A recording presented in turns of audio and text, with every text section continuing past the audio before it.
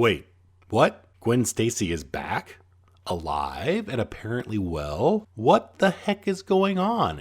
Didn't the Green Goblin kill her? Well, we get some answers in the next 2 issues I'm going to review, but also a lot of questions.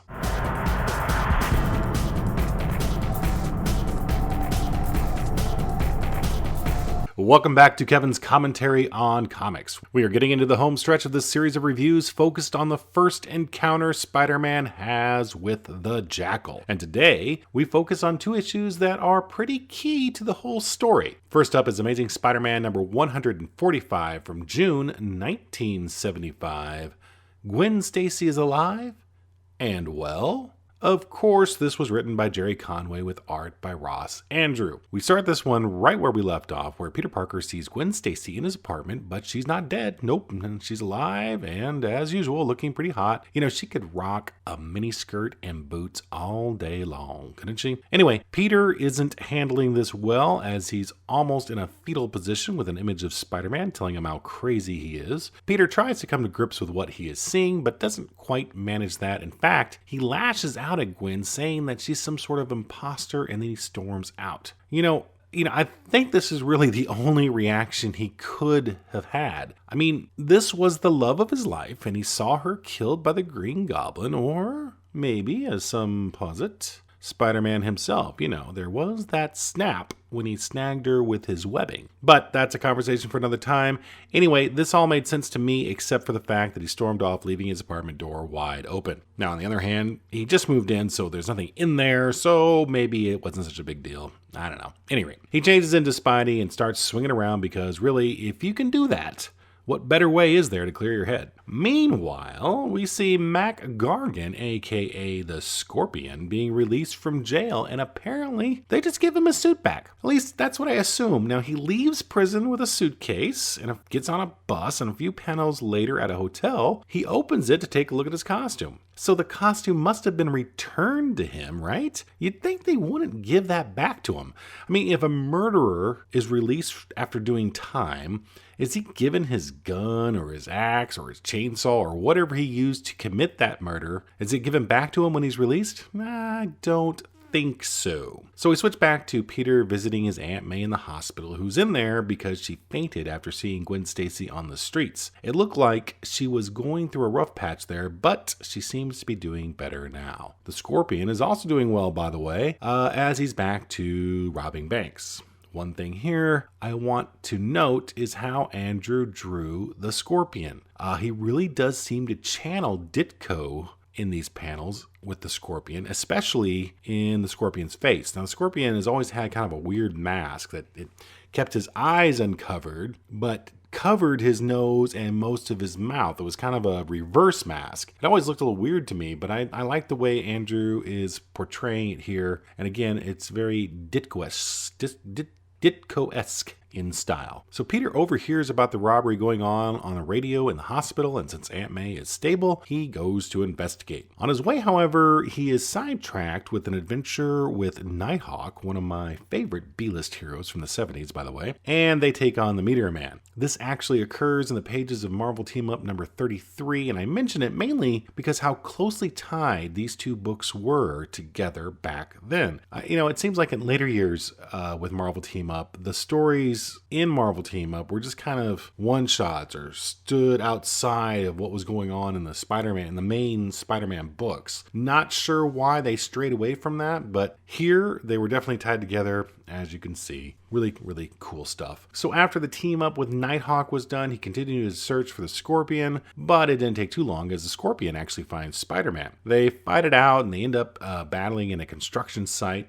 Spidey is still a bit whipped from his fight with the Meteor Man, which allows the Scorpion to get the upper hand and knocks Spidey into a mixing vat for cement. Now somehow Spidey manages to crawl out. I guess this wasn't quick drying cement, because that seems like that would be pretty bad to get into. So Peter goes back to the hospital where Mary Jane, Ned Leeds, Betty Brant, Robbie Robertson, and Gwen Stacy are waiting. And Peter is obviously mad that this imposter is still around, but Ned interrupts him saying that, hey, they checked her fingerprints and they match those taken at Gwen's autopsy. It's the real Gwen Stacy. But even further, they checked Gwen Stacy's grave and found out that Gwen's body hasn't been touched. So they know that this new Gwen is an exact duplicate of Gwen Stacy and not the real one come back to life. So this seems a little weird. I don't want to spoil what's coming up, but instead of making us think Gwen came back to life, we now know it's some sort of replica, or maybe a better word, clone? Wait, not yet. First, let's take a look at Amazing Spider-Man number 146 from July 1975, and this right here is one great cover. Look at that. Now, I haven't been giving credits to the cover artists on these issues, and shame on me. We've seen Gil Kane, and this one is John Romita Sr. I guess after he stopped doing the regular artwork, he just did covers, and this one is a thing of beauty. Now, I don't know when they stopped putting word balloons on the covers, but I lament that day ever happened. It was just so much cooler to see the dialogue and how melodramatic it always was. Ah, well. Alas, poor cover word balloons. I knew them, Horatio, beings of infinite jest, of most excellent fancy. They hath bore the comics on their back 1,000 times, and now how abhorred in my imagination it is. Anywho, we open this one, written by Jerry Conway and art by Ross Andrew, don't you know, with the Jackal, and yes, he does return. He's got a bust of Spider-Man that would look great amongst my Bowen mini busts, by the way. And look at that, the Jackal, he stole my line. Or maybe I stole his line. Or, maybe we just both stole it from Shakespeare. But anyway, the Jackal is ranting about how it's been 2 years, 2 long, miserable years, since the day Spidey committed murder and the day the Jackal was born. Huh?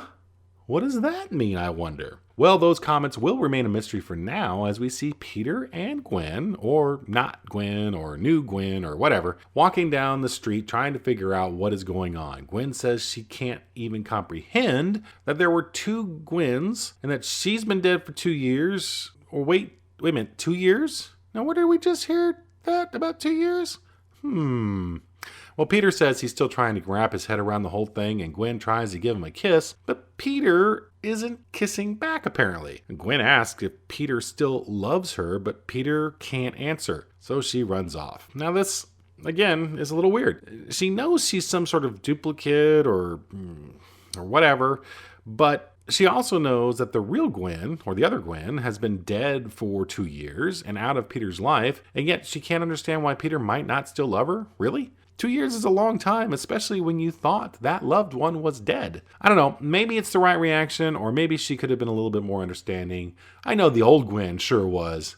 And lest we forget, the Scorpion is still on the loose and attempting to take over a local mob. He thinks that he should be the leader now, mainly because he finished off Spider-Man in the last issue. Well, the mobsters are all like, dude, check out the news. Spider-Man's right there. Scorpion can't believe it, even though, he didn't exactly pull his body out of the cement mixer, did he? These villains are really dumb sometimes. Anyway, he runs out to correct this situation when the Jackal catches up with him, and just like this Jackal did with the Punisher and Hammerhead, he proposes a deal that will help them both get rid of Spider-Man. And what deal is that? Well, it's information on Aunt May and that she's in the hospital and that she knows where Spider-Man is. So the Scorpion attacks Aunt May in the hospital where Peter is, luckily. And of course, that's when Aunt May activates her special power, fainting. So the Scorpion starts a rampage through the hospital looking for Spider-Man. I don't really know why he thought Spider-Man would be in another room, but hey, he is apparently crazy. Of course, Peter changes into Spidey and confronts Scorpion, and let me tell you,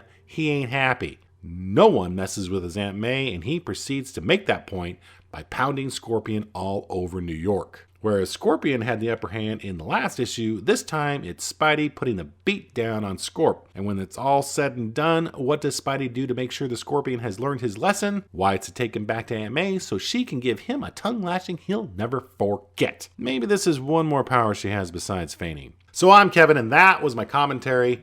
Thoughts on the Scorpion? Well, he definitely seems like a good choice for a Spider-Man foe, although he did go up against Captain America, Miss Marvel, and the Avengers, and probably some others along the way. He's gone through a lot of tail upgrades, where instead of just using it as a battering device like he did in these issues, it also shot out acid or tear gas or electric blasts. And even though I never actually read this, I don't think, I did see where Mac Gargan also became the third incarnation of Venom, and even portrayed Spider-Man in the Dark Avengers storyline from a few years back. But I guess now he's back to being the Scorpion. You know, they always go back, don't they? So we saw the Jackal and his mention of 2 years since he was born, and then the fact that Gwen Stacy is talking about how she's been dead for 2 years. Could these somehow be related? Well, we're going to find out, and coming up in the next 3 issues, we're finally here. So don't miss out on all of this by subscribing to my channel, and hey, while you're at it, could you like and share this video as well? I want to get the word out about how great Spidey was in the 70s, and that would certainly help out. So until next time, please go out and make that day a great one, and I will see ya.